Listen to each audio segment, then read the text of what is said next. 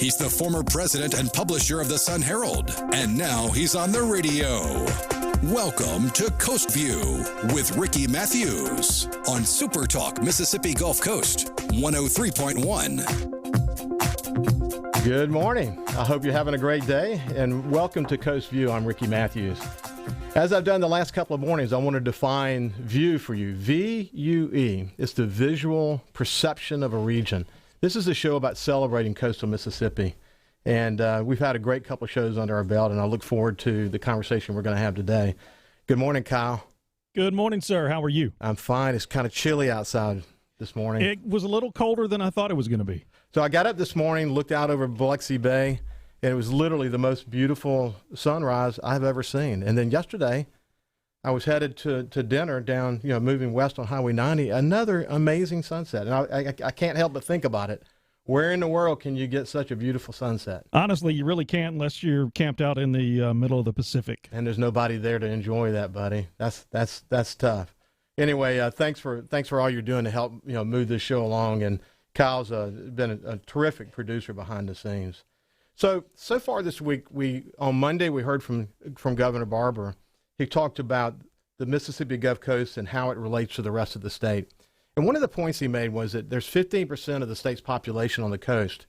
But when you look at things like manufacturing and industrial, tourism, our contribution to the state is way beyond the population base. And what I often like to think about is, on one end you've got Ingalls and Chevron. On the other end you've got Stennis Space Center. And in between you've got tourism and all that comes with that. But I always will come back to this. Our biggest asset is our people. And it's this wonderful collection of communities that make up coastal Mississippi. And it's a place that's full of very colorful characters. We got to see that yesterday in Bob Mahoney, who told stories of early Biloxi, his mother, Mary Mahoney. She was so colorful. And when you hear her story about entrepreneurship and her determination and her unbelievable focus on customers, it's really an inspiring story. And then from Haley, we learned so many stories that helped us appreciate the kind of leadership that we need here in coastal Mississippi in order to keep our region strong. He talked about his time working for Reagan. That's a fascinating story that he told about that. And then the thing that really stuck with me as I went back and thought about the conversation was the incredible bipartisan support that we got after Hurricane Katrina. And to hear him tell that story, it's a true profile in courage that went down, a bipartisan effort to help South Mississippi. So anyway, if you didn't see either of those interviews, go to SuperTalk 103.1 website or go to the web page and take a listen. I think you'll be glad you did. But so today, we've got a great couple of guests. I've got my friends Rick Carter and Terry Green with me in the studio today.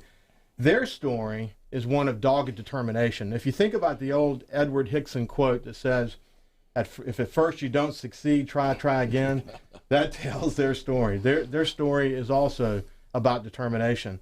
Their business contributions to the coast, and in particular Gulfport, has been extraordinarily successful. And I couldn't help but think about Horatio Alger. He wrote many years ago these rags to riches stories. There's actually a Horatio Alger Foundation today that talks about young people can come from modest economic beginnings and achieve anything in their lives. I think this story is the story of Rick Carter and Terry Green is about that. When you focus, when you set goals, when you never give up, when you go forward with integrity, amazing things can happen. So theirs is a story of success, and it's one I really look forward to telling today. Good morning, guys. Hello, Ricky. Thank you, Ricky. Yeah, you're welcome. Hey, listen, so where have you been in the world? You guys have been all over the world to see a more beautiful sunset. We really, Mississippi Gulf Coast is the most beautiful sunset, and I've been a lot of places to see it. Yeah. And probably the best place to see it is the South Beach Tower. Yeah, the way that it looks toward the west. Right. What a beautiful view that is. We had dinner there last night at the Prime Cut, and the sunset was just phenomenal. It was unbelievable. Have you seen a more pretty sunset? Not really, Ricky. I mean, it's, when you're talking about that, one of my memories is that when we originally met one of our original partners, which was a guy named Cy Red, who was from Philadelphia, Mississippi, when he first came down here, when we were first talking about the project and everything, one of the things he always said is, this is the best kept secret in the United States. And that's something I guess that's always stuck with me because I was born and raised here, and I never really felt that, and it never really hit me until he said those words to me. And that was kind of... I look forward to telling the story of Cy Red in this conversation today because it's so interesting how he learned about you guys. And he really didn't know about the Mississippi Gulf Coast. He was up in Las Vegas doing his thing. Right. So we'll talk about that story. But it is a very special place. It really is. So in talking to you guys, I'm so interested to learn that at the age of 15, your paths crossed. Correct. So Rick, you were born in Alabama. What age were you when you came to Mississippi? About 4 or 5. Yes. In fact, where I live now, the house we lived when we moved here when I was 5 years old was a block away. Oh, really? Isn't that awesome? Really is. Yeah. But I was out in my front yard on 53rd Street talking to my neighbor, Emily Kahn, and I see these guys coming up on bicycles. And I walk out there and start talking to them. And Terry was coming to meet her. He said the girls were prettier in Bellevue than where he was. And so he was coming to check out what they had heard about. And his buddy Victor was with him, and Victor met Emily that day. And those two are together until today. Well, as you know, I was raised in Bellevue, and there's actually some truth to that. There's definitely some truth to that. No, there's a lot of truth to that. So you were born in Gulfport. Yes, sir. I was born and raised in Gulfport. Matter of fact, I think I was born at the Navy base. I don't even think the hospital was here at the time. Mm-hmm. I've heard my dad tell that story many times. But yeah, I was born and raised here, and went to Central Elementary School, East Junior High, and then Gulfport High, and then of course after that I went to University of Southern Mississippi. So you met that day in Bellevue, and you stayed in touch with each other after that? Yeah, all through high school, and then he went off to go to college, and I went off to go to work. And so what did you do when you left to go to work? Well, my father was in the electrical contracting business, and so I started with him, and I lasted about 3 weeks. I just we were working on a job, and a big job, and the boss came by and said, "Ricky, if you can't find somewhere to hide, you're gonna have to go home." So I went and hid for about 15 minutes. I said, "You know what? This is just not right." So I clocked out, went home, said, "Daddy, I ain't doing this no more." Wow. So and I went from there to the clothing business. And that's the advent of Carter's Menswear? No, I went to Jackson, Mississippi, and my uncle opened up a clothing store called Ellis Men's Clothing. Oh, I remember that. Yeah. And so he sold out to a company in Clearwater, Florida, and he opened other Ellis Men's Clothing, and that got me back on the coast. Mm-hmm. We had Ellis Men's Clothing on Pass Road. Mm-hmm. Everybody thought it was Ellis Sloan for a long time, and I call a bunch of slack for that. And then when I left that, I went to the wholesale clothing business. Mm-hmm. It's just amazing how little moves that you make and little decisions you make can affect your future. And going wholesale clothing business affected our future. Mm-hmm. And then it developed into... And then after I did wholesale business, I got tired. I had my first son, Joel, in 1978. I got tired of traveling and not being able to be at home. So we moved back to Gulfport, rented a little house on Commerce Street from Steve Wilson, and opened up Carter Menswear. And how long did you have that business? I left it in '83, and Carol Malone talked me into going to the restaurant business, which was another good move. Yeah. And during the time I was in the clothing store, Terry walks in to get a suit. And he had grown like 12 inches since I'd seen him. I mean, I grew a lot from high school to college. I grew real late. I think in high school I was probably about 5'10", 5'11". When I graduated, when I came back from college, I think I was 6'5". Wow. And I told him, I said, "My God, what are you eating?" Southern Miss was good to you, Terry. Yes, it was. To the top. And so he was telling me all about his construction business. And so Carol Malone was my partner. And so I gave my interest to the company back to my father, and my mother and brother ran it until about 87. Mm-hmm. But I've told a lot of people, I'm sure glad I didn't know how good we were doing, because if I'd have known it, I'd have probably stayed. So you left Southern Miss, and where did you go from there?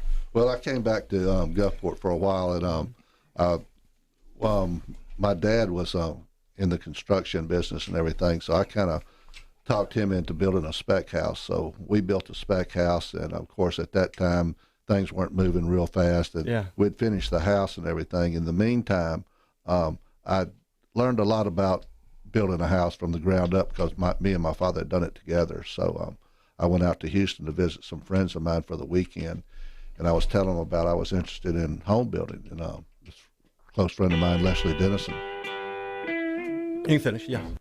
Told me, hey, if you want to be a home builder, let me show you something. So we went out on the edge of town, and as far as you could see was sold signs. So basically I thought to myself, well, this is the place I need to be. So I went back home, told my dad I was packing up, moving to Houston, and that's what I did. And so when we come back, we'll finish the story of you developing your construction business. Then you guys went into the restaurant business. Correct. And then we'll shift to how did you get into the gaming business? Right. So we'll be back right after the break with Rick Carter and Terry Green.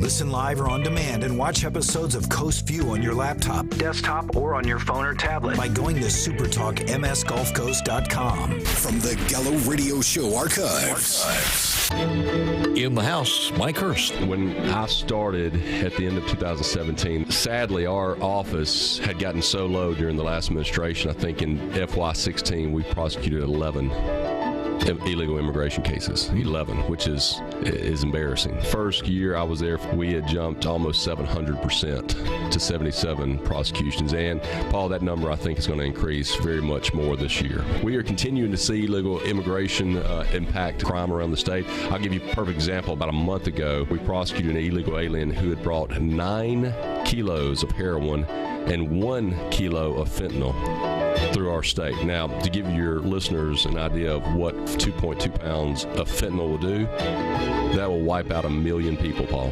That'll wipe out a third of our state.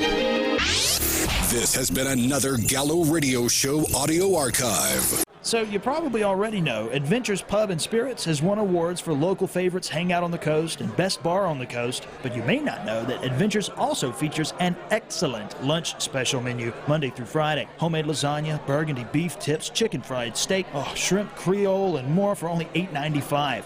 Oh, my personal favorite, the seafood pie loaded up with lump crab meat, shrimp and cheese baked in a flaky pie crust. Adventures Pub and Spirits, 1 block north of the Hard Rock, next door to City Hall on Lemuse. When the power goes out, you feel helpless. Stumbling in the dark, especially during a hurricane, is dreadful. Bay Motor Winding wants you to have your comfort and independence. A Briggs & Stratton standby generator system from Bay Motor Winding will automatically power your entire home, keeping the lights, appliances, and cooling running smoothly. Select Briggs & Stratton generators come with a 10-year parts and labor warranty. Visit BayMotorWinding.com before the power goes out. Here's the Sports Medicine Minute by Bienville Orthopedics. My name is Dr. Jeff Noblin. I'm an orthopedic surgeon with sports medicine from Bienville Orthopedic Specialist. I came here about 20 years ago, actually this month, and did not have a sports medicine program on the coast, and I was brought in at that particular point just to try to help spearhead the program. The injury patterns have pretty much stayed the same. I think you have more, obviously, knee injuries. I think the biggest change over the last 20 years has been the occurrence of non-contact knee injuries with soccer players, with female players in that realm. Concussions, obviously, are at the forefront of everyone's discussion, but the other aspect is whether these turf fields have influenced the type of injuries, and for the most part I don't think they have. The injuries are a different type, maybe not as severe, but they're still there. Obviously you get a little bit more shoulder injuries and hand injuries and other things like that with football, but from a knee standpoint I think soccer is continuing to rise from the injury standpoint. Bad injuries is probably almost nearly equal. Bienville Orthopedics, Mississippi's largest orthopedic practice since 1981.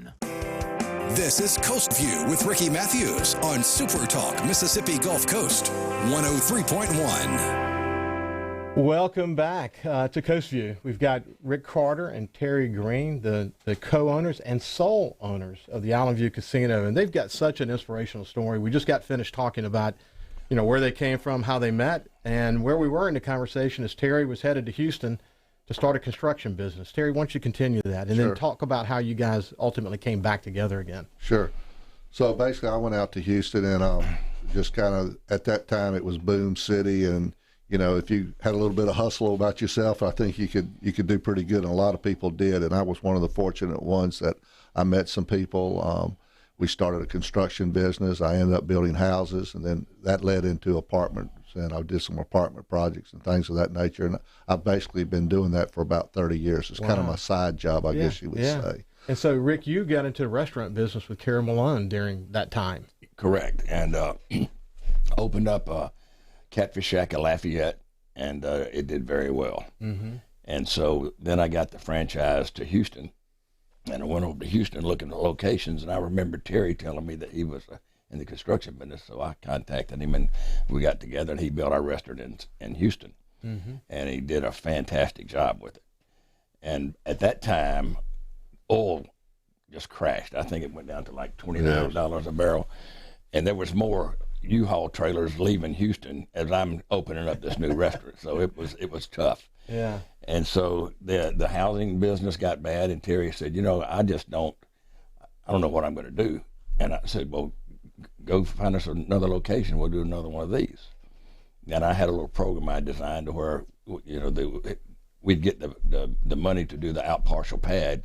Terry would do the construction, and we'd save enough money on the construction that we could fill the restaurant with equipment. Mm-hmm. And so he went over to San Antonio, called me after about 3 or 4 weeks and said, well, I got us a site. And so we opened up at that time, we changed the concept, and we added a lot of different things to it, and we opened up the first Acadiana Cafe. Mm-hmm. And it did pretty good, but it didn't. I always comparing everything to what happened in Lafayette. Lafayette was just gangbusters. We had an hour and a half wait every night. And so Terry fixed it, and we got it open. It was doing good. And me and Terry and his brother and Floyd Wagner, Uncle Floyd, that we had all the way through this deal, were living in an apartment there, all of us in one two like college days. Yeah. And so we was headed back to Gulfport, and we were supposed to be going to look at another location. Was it in Austin or? Yeah, I believe so. And I told him, I said, Terry, this concept is not proven enough. Let's give it a little bit of time and make sure we're making the right decision before we go out and open another one. Right. And Terry said, well, the only thing I know is better than what we're doing is a slot machine. I said, well, I hear there's a boat operating in Biloxi that's doing pretty good. He said, you're kidding. It's legal down there? And I said, I don't know. All I know is I heard one's going out. So if we wouldn't have had that conversation at that minute, right, it scares me to death what would have happened. So, Terry, what made you say that? Well, I have some partners that were from Las Vegas, and Mr. Becker Sr. was his name. And Howard Hughes bought one part of town back in the day, and his father bought the other part of town. Wow. So they were very good partners. I was in the real estate business. But one thing that we always talked about is Mr. Becker, with all his shopping centers and things of that nature, he would always keep the slot machine route. Mm-hmm. So they would have a drugstore where there'd be 10 slot machines in it. Well, the Beckers would always retain those slot machines. So I became real close with one of his oldest sons, which was Ernie Becker Jr., and he'd always tell me, he said, boy, in bad times in Vegas, he said, when real estate gets slow, and he said, there's always a cycle in real estate. He says, these slot machines always pulled us out. So he would always tell me, if there's any way you can figure out how to get a slot machine. So it's just something that stuck in my mind. What an important conversation as you pointed out. I mean, just like I said, it scares me to death if we would not have had that conversation. So, Rick, what you're referring to is a Europa Star. Right. Had opened in 1987 in Biloxi. Right. And that got your attention. I didn't know a whole lot about it. It didn't get my attention, really, but when Terry said slot machine, then I said, well, there's some in Biloxi. And I had no idea that there were slot machines in Mississippi at that time, because I was in Houston and Lincoln. That's when we had the radio phones. Yeah. And so I called my brother at the clothing store, and I said, get me 2 tickets out on that boat. We're driving in tonight. We drove right straight. We might have stopped in Houston and got some clothes. So you started to think about how we're going to get a boat that could do this. When we went out and it started and they opened the casino, I said, Terry, this is me. This is what we need to do. He said, I agree. how we going to do it? I said, I don't know. But one thing that we both agree, because we were both from Gulfport, and so that, and we thought, well, there's one in Biloxi. Why shouldn't there be one in Gulfport?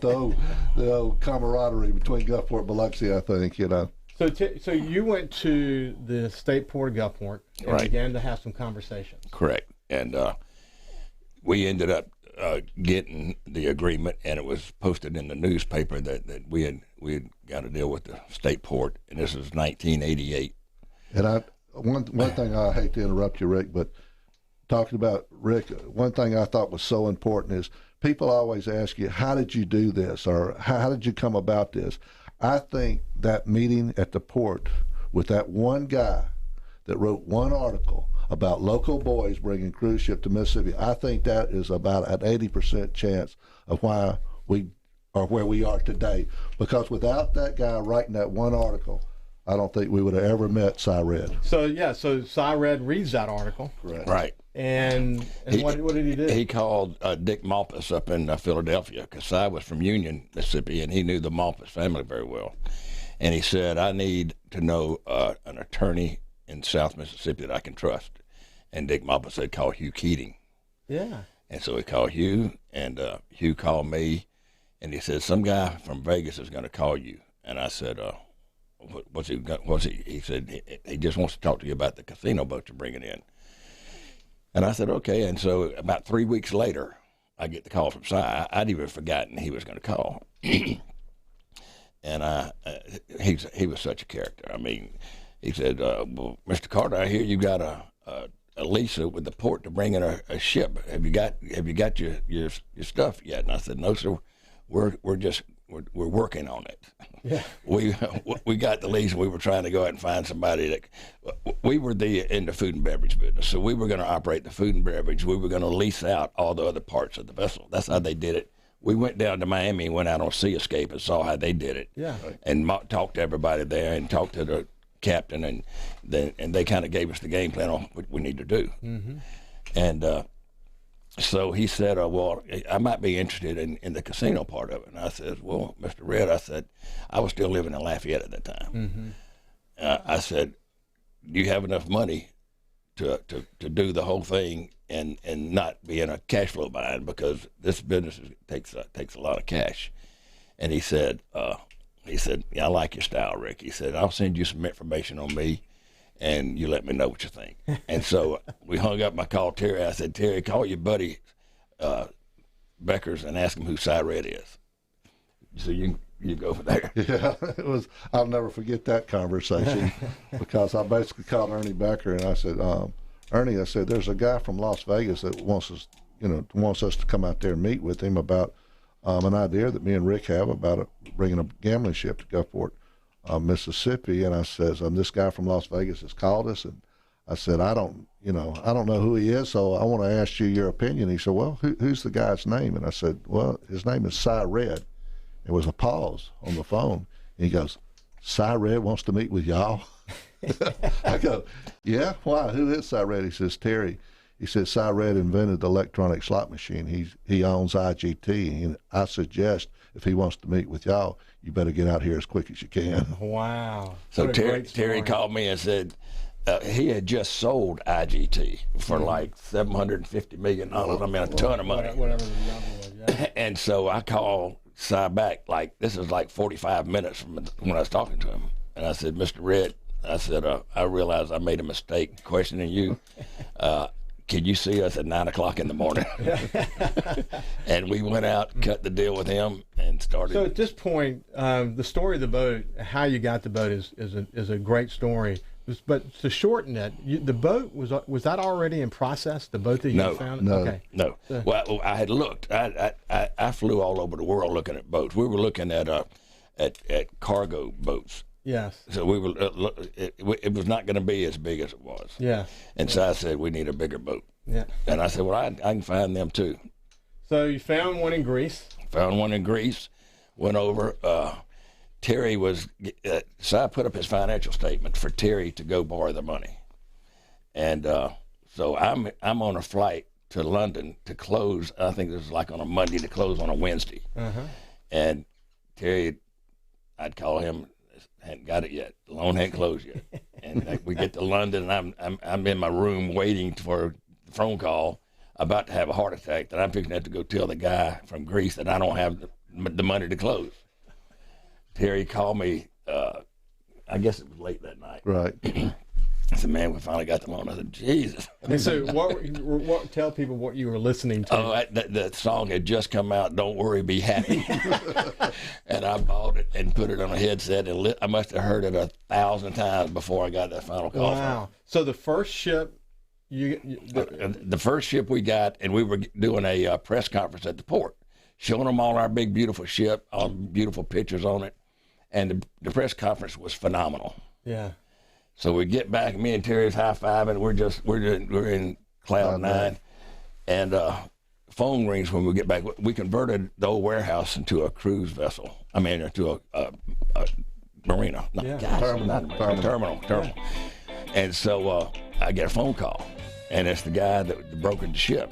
And I said, what's up? He said, your ship's sinking. I said, man, that's not funny. He said, I know it's not. It's true. He said, a Greek freighter just hit it, and it is sinking as we speak. So this is a great place to stop. So what we're going to do is, when we come back from the break, we're going to talk about the ship that didn't sink, right, and what happened after that. What a great conversation, guys. I look forward to coming back after the break.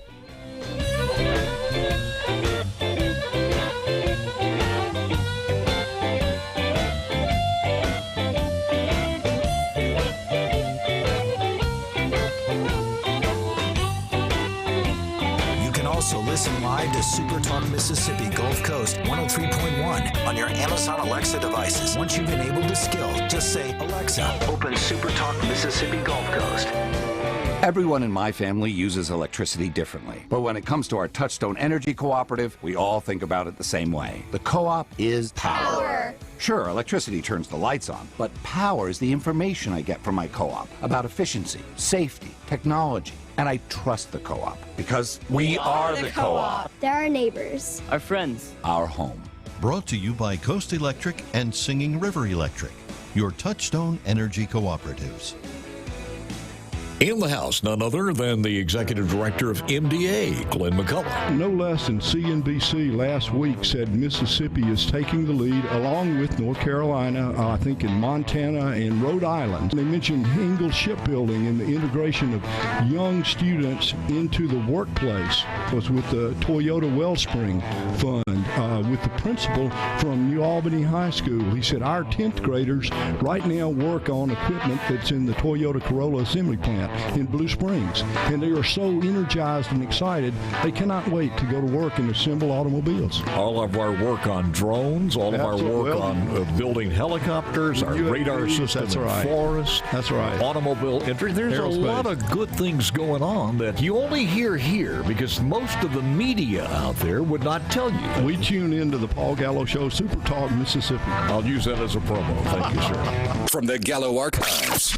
Just like money in your pocket, that's Super Pawn. When you trade with us, you always get our best. Super deals are wide, whether you sell or buy. We cash checks, we pay bills, we make loans like no one will, and help you keep your pockets filled. Just like money in your pocket, that's Super Pawn. Hi, Saver. Walgreens here. We like the way you save. Take coffee. You know it doesn't have to cost $4 a cup, so you make your own. And co-pays on Medicare Part D. You save up to $5 and get 100 Balance Rewards points on each prescription when Walgreens is your preferred pharmacy. Save smartly on Med D. Walgreens. Trusted since 1901. Copay savings on Tier 1 generic drugs available through select plans that include Walgreens as a preferred pharmacy. Points cannot be earned in Arkansas, New Jersey, or New York. Complete details at walgreens.com/balance. Ah, the copperhead snake. It hisses before attacking. But that's not a copperhead. That's the Sullivan's RV freshwater tank overflowing into their black one, which is backing into their vent pipe, making for a very different kind of attack. One that arrives just in time for taco night. It's wild out there. When it gets too wild, Progressive has your RV covered. Quote today at Progressive.com. Progressive Casualty Insurance Company and Affiliates. Is the blinding sun making it hard to watch the game on your TV? Solar Control can help. Installing 3M window film blocks up to 90% of the sun's glare. 3M window film also blocks 99.9% of damaging UV rays so nothing will fade. All 3M window films from Solar Control come with a lifetime warranty. Free estimates are available. Call 872-0805. Solar Control in Ocean Springs, South Mississippi's only authorized 3M window film dealer. Don't squint, get tint. Hello, my name is John Merrill, the owner of Amada Senior Care. We're your local trusted advisor for senior home care. We provide experienced caregivers for your loved ones so they can remain in their home. Just like you would care for your loved ones, our employees provide assistance with their personal care needs. As your trusted senior advisor, I can help your family navigate the long-term care insurance process. Just call me, John Merrill with Amada Senior Care, for your free in-home consultation. 228-254-3071. From the Gallo Archives. In the House, first time since 2014 Senate race, Chris McDaniel. Looking back on the election 2014, if Chris McDaniel had not so vehemently rejected the result after the election and marched on, you would today be a viable candidate, either for lieutenant governor or for governor. I thought what occurred there was beyond the pale. They called me a Klansman. They called me a racist. They called me the most despicable things in the world, and we know good and well there were crossover votes that occurred, and the evidence was strong. You ever talk to Thad Cochran after that?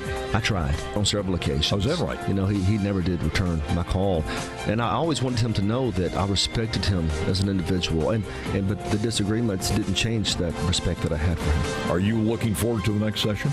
Yes, sir, very much so. It's the first time in some time I'm not going to be in timeout. The powers that be have a way of punishing if you step out of line, so to speak. You know that. I know that because George Flaggs taught me that. Right, so. From the Gallo Archives. The Mississippi Power Weather Center. Your weather now. Get out and enjoy the sunshine while you can. Today, mostly sunny with a high near 61.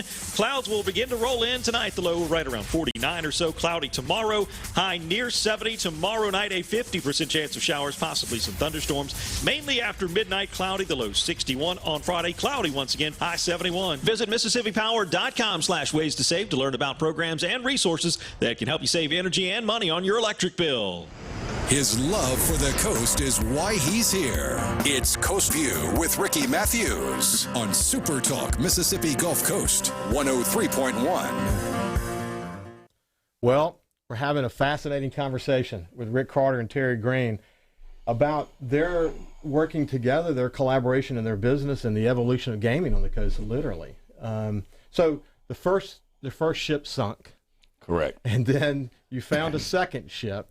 And now it's on the way. Right. Pick up from there. Well, it took about a week to get here, and Terry and I and a few friends got on a boat and met it out at Ship Island and rode it in. It was just so surreal. And we got it in, and we had to remodel the ship to make it a casino. And we cruised, I believe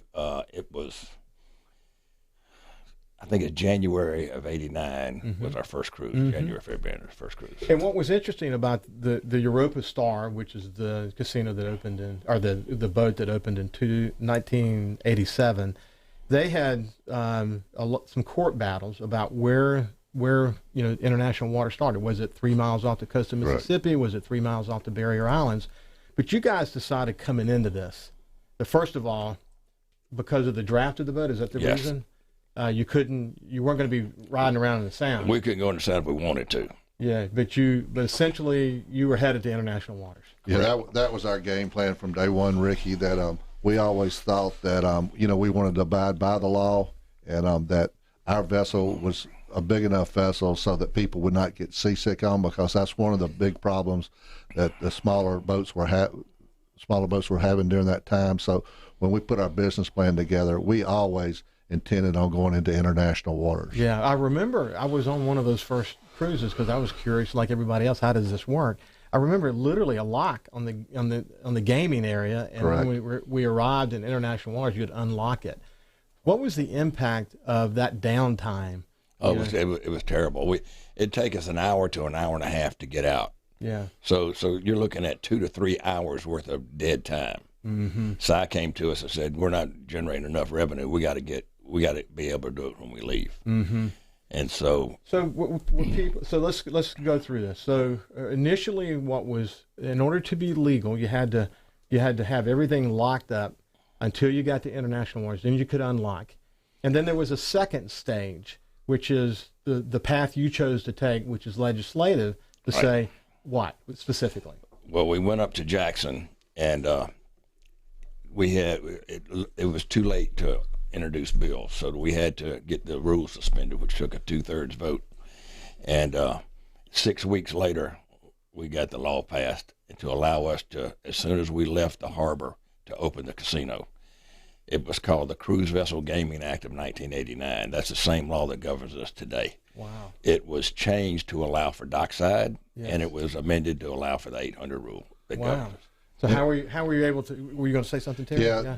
After that law was passed, I don't think a lot of people really realized, but that was almost like breaking the door down. I mean, that was the first time I think that any state had passed any kind of gaming law outside of Las Vegas and Atlantic City. Las Vegas, Atlantic City, and then the Mississippi Gulf Coast, and it went crazy. Louisiana passed it about a year later for them. What was interesting to me in preparing for this conversation is what happens is there's a small discussion in history when you do your internet searches about the boats that came initially, like Europa Star, but then the next thing is 1990 and dockside gaming. What's missing in the history? I think maybe some books spelled this out well. What's missing in the history is that moment that you guys worked during those 6 weeks to get the rules suspended and a bill passed in a state that had a history of not supporting gaming. How did you do that? Well, it was very, very careful planning. Hugh Keating and I went up, and Buddy Medlin was the hottest in the state as a lobbyist. We went and met with him. But we knew we had to have more than what he had. And so we asked him, who's the young whippersnapper up here that you could not get them to pass anything for you, but he can. Yeah.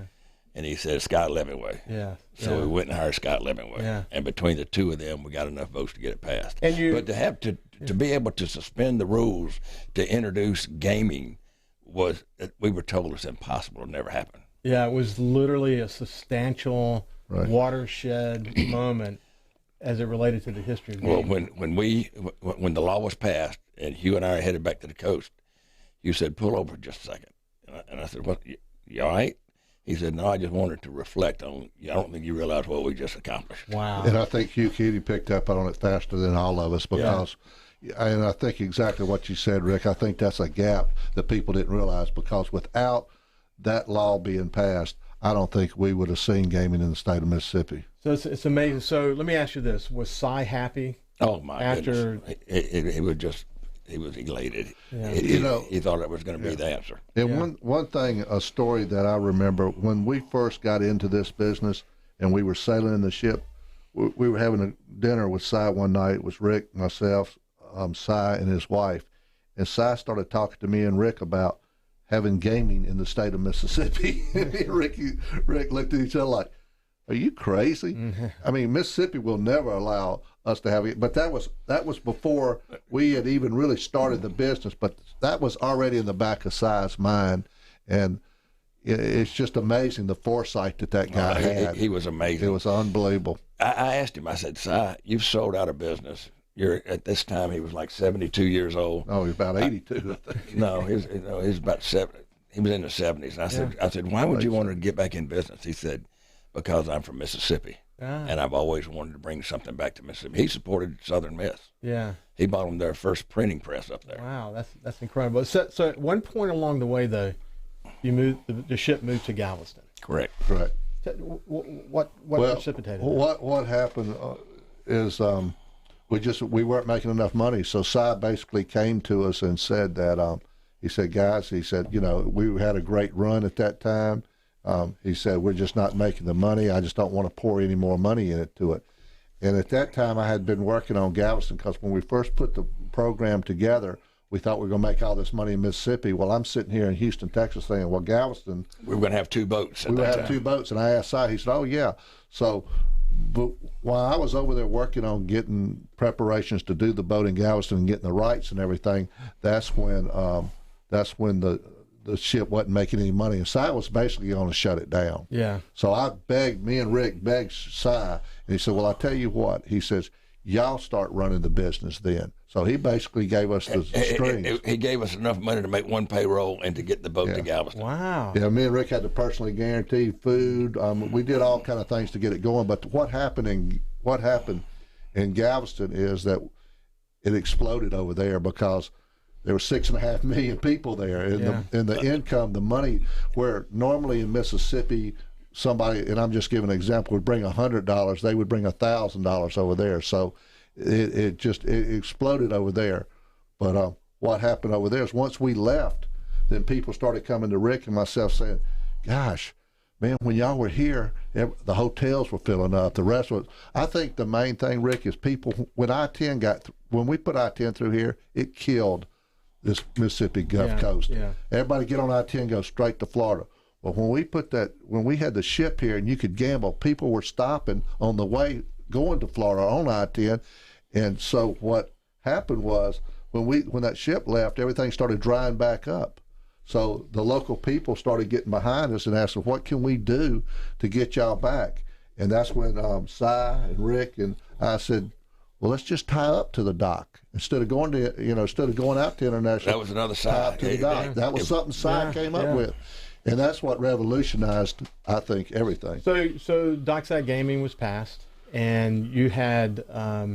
It was passed because of such a tremendous support from our local legislators, all the public officials. Senator Galot, and I mean, just the work that everybody did. It was phenomenal. Everybody had the foresight that this could be a real industry in the state of Mississippi. So then there was a point where the boat stopped being the Pride of Mississippi and became the Copa Casino. Correct.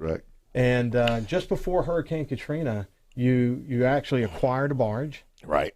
And built the Copa, and it was just a proud opening, wasn't it? It was a very proud opening. We it took me and Terry from being just we were the smallest in the industry. Right. And I think we became like the next to the smallest. and then and we were doing great. We were doing better than we ever dreamed we could do. And then Katrina hits. That hits and us sitting up on the highway. So in the aftermath of Katrina, literally the Katrina story, I do understand I was there with you guys. I watched you so closely during that time. So we could spend 2 hours just on that. But along the way, Harris decided not to rebuild Gulfport and put the property up for sale. Correct. And you guys bought it. Correct. Yep. We flew out to Vegas and sat down and negotiated with their CFO and came home with an agreement. Contingent on passing the local ordinance to allow it to be built, Casino South. What we're going to do when we come back to close out the session, we'll just kind of talk about where you are today. What's the status of it today? And then I got a couple things to ask you that are not related to your gaming business that I think people will be interested in hearing. Uh-oh. So we'll be back with Rick Carter and Terry Green right after the break.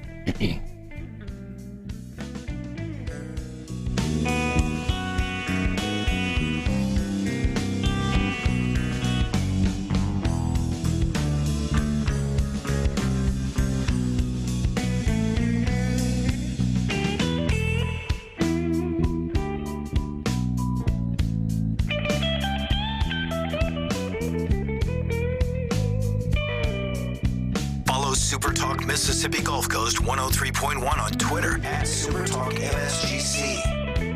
Hey, I'm Steve Azar, and you never know who or what you'll hear when I spend a Mississippi Minute with my friends. We are with the fabulous Norbert Putnam as he played on so many hit records, you can't count them, and produced for some of the biggest acts ever. We got to talk Jimmy Buffett. One day at breakfast, he says, I started a new song. He says, about a night and a day in Key West, I played a bar and I got drunk, and coming home, I stepped out of my flip-flop, and I just kept going. I stepped on a beer can. And the next morning, I'm up, and I'm hungover, and I'm trying to make a margarita. I got some shrimp boiling. I can't find the salt. I said, Jimmy, I kind of like that. And he said, yeah, I think I'll call it Margaritaville. in a Mississippi Minute. Be sure to check out In a Mississippi Minute with me, Steve Azar, right here on your local SuperTalk Mississippi station and now on iTunes, Google Play, and Stitcher. Here's the Sports Medicine Minute by Bienville Orthopedics. Hello, my name is Ekaterina Karpetskaya. I'm an orthopedic surgeon with Bienville Orthopedics, the one to trust. If you are having persistent aches and pains in the same body part, like your knee or your shin, that only happens when you run and persists after running and does not go away after a few days of rest, it's time to see a specialist such an orthopedic surgeon. How old is too old to start an active lifestyle? There's no such number.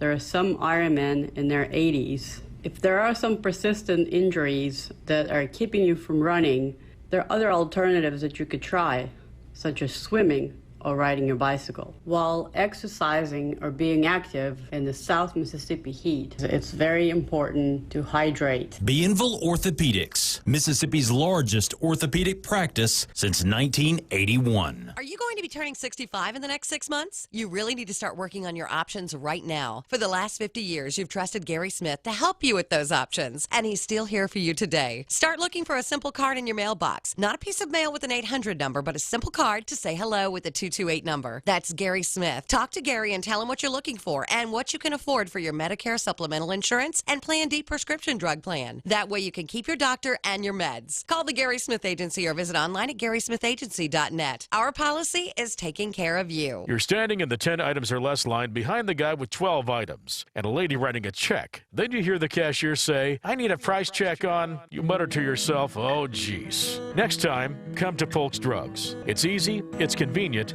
and your prescriptions are filled in minutes. Hey, stay in the car and come through the drive-thru. And more than likely, Polk's takes your insurance. Cut your wait time. Come to Polk's Drugs in Biloxi and Ocean Springs. Or you can stand in line. You'll pick the no waiting time. Polk's Drugs in Biloxi and Ocean Springs. This is Coast View with Ricky Matthews on SuperTalk Mississippi Gulf Coast 103.1. Welcome back to the Coast View, and with Rick Carter and Terry Green. What an amazing story of the history of gaming and the role that you guys played. There are these key moments along the way that, had they not happened the way they happened, the Mississippi Gulf Coast, the state of Mississippi as it relates to gaming, it may not have happened. So thank you guys so much for your leadership and your determination, and for what is a great story. But so where are you today? I think you've invested over $400 million in your project today. That's correct. So what's the status of the casino these days? Well, today I think we've had, from the time we have started this since Katrina to now, I think we've done 10 different phases over there. And, right now we have, close to 1,000 rooms. We're number 2 in the market. I mean, it's a dream come true, Ricky. I mean, people ask me all the time, man, how did y'all do that? And I always just say, hey, I think we just did it one day at a time, because that's the only way I know how to explain it. I mean, it's like I have to pinch myself, and I think Rick feels the same way, that it's just a kind of like a miracle. And you know what, Ricky, we had a good crew. We have a team over there that is as dedicated to that as Terry and I are. Yeah, I know you do. And I don't think if we didn't have the team we have, I'm not sure me and Terry wouldn't have taken our insurance money and went home. So you got a smoking casino that's north of Highway 90, and I really like the non-smoking casino on the south side of. Shame on you for just seeing it for the first time yesterday. Yeah, well, my wife and I we enjoy going out, but we don't do it that much. But I have to tell you, it's an amazingly beautiful place, and you feel alive when you're in there. It's a completely different feeling, and it's the only casino I know of from floor to ceiling is all glass. Wow, it's and non-smoking. So Cy died when? Cy died about 4 years ago. Yeah, and you had the opportunity to speak to him. Yeah, his nurse called me, and he wanted to see me, and so I flew up to California, went to Solana Beach, and he was sleeping a lot because he was at the end of his life. Yeah, and she came and got me, and he said he's awake, he wants to see you. So he said, Ricky, pull up a chair. And I pulled up a chair. He said, I just want to know one thing. He said, "Are you making any money?" Isn't that great? And patted me on the knee. Wow. And I said, "Son, we're making a lot of money." And he said, "That's my boy." He wanted to make me a little size. What he said. So, Rick, while we're at it, man, it's been amazing watching your kids start their real estate business, Carter and Associates, and then watching Joel and his ascension as the senator representing his area. I'm very proud of him. I bet you are. I wasn't in favor of that, by the way, but I told him, I said, "Joel, we don't do politics."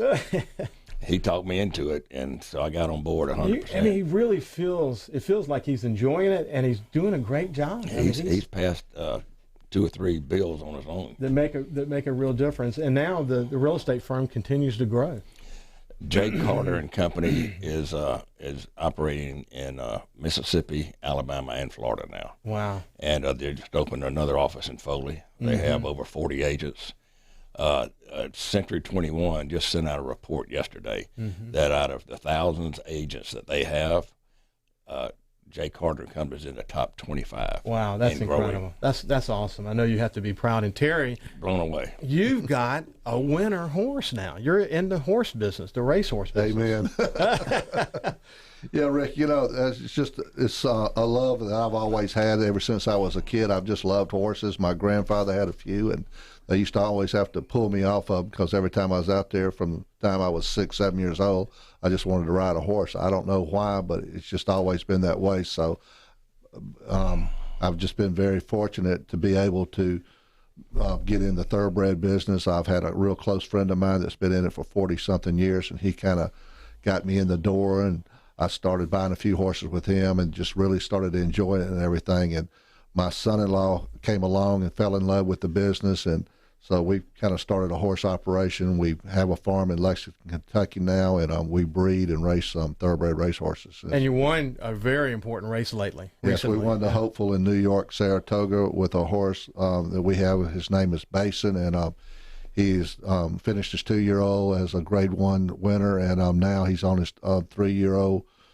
season, and we are going to run in Arkansas probably 1st of March, and it's on the Derby Trail. So we hope, and we've got all our fingers and toes crossed, that maybe we might make it in the Kentucky Derby. Well, does Basin have his own Facebook page, or how could, if people are interested, how would they follow what's happening? I think you could just you can go on Twitter and things like that. Yeah. My son-in-law is Ryan Ponchick, Jackpot Farms, and you can follow her. He's got a Twitter account, and they put a lot of that information on, and there's a lot of different organizations or magazines that follow racing people, kind of know where to find it at. You can Google his name and find it. Yeah. So you and I share something, a love of the outdoors, hunting, fishing.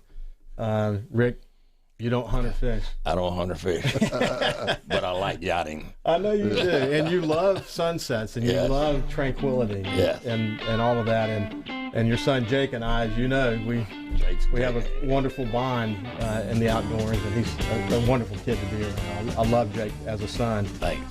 Well, I told you that this would be an amazing story of 2 doggedly determined men who. It just shows that there are just moments in your life you don't know when they're going to happen, that if you listen to them and pay attention, you have an opportunity to change the entire trajectory of your life. You can change your whole life if you believe in it. Amen. So what a great story. Thanks, Rick. It's been a pleasure, and we'll look forward tomorrow where we have John Hairston, the CEO of Hancock Whitney, and it's going to be a terrific conversation. Great guy. Great guy. Okay. Have a great day. Thanks. Thanks.